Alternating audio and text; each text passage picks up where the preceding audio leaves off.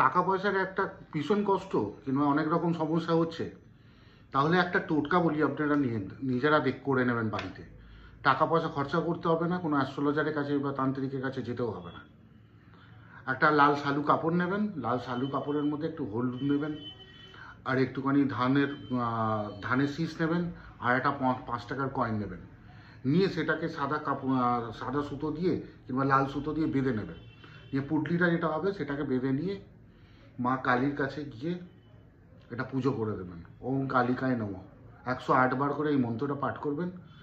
মন্ত্রটা পাঠ করার পরে এই ঠাকুরের মা কালীর কাছে গিয়ে পুজো দিয়ে দেবেন।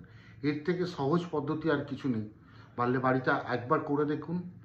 এটা পূর্ণিমা, অমাবস্যা কিংবা শনি মঙ্গলবার করে এটা করতে থাকবেন।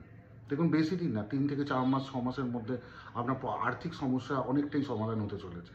হবেই মানে হবে, দেখে নেবেন।